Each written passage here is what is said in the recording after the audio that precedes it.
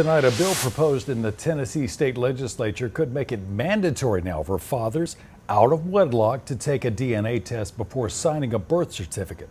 Fox 13 government reporter Kayla Solomon joins us live. Kayla, this bill was discussed and passed in a House committee today. And you know, it goes back, there have been advocates who said it could solve a lot of problems if it were just the first thing that happens for all babies. That's right, Merle. And this is also coming on the heels of another child support reform bill that was recently passed that says if fathers fall behind too much on child support, they can now lose custody of their children. Now, I spoke to one Memphis representative who says this is specifically for couples who are not married.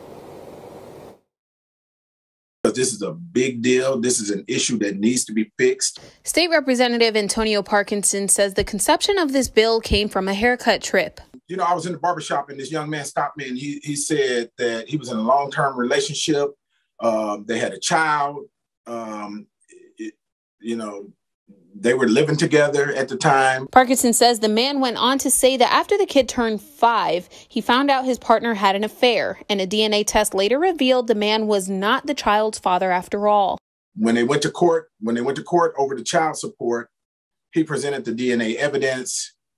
The magistrate, and this is in Shelby County Juvenile Court, the magistrate basically banged the gavel down and said, somebody's got to feed him, and it's going to be you until he ages out of child support. Parkinson says the man ended up having to pay up to 5 years in child support as a result, and also ended up losing his license, job, and going to jail temporarily.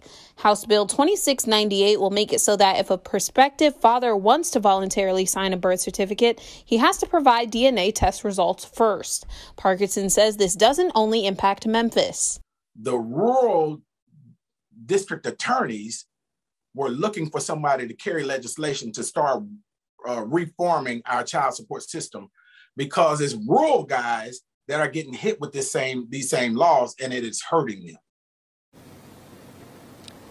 Now, I reached out to the Department of Human Services for a response to this, and they did not immediately give me a response. Once we have that, of course, we'll update this story for you.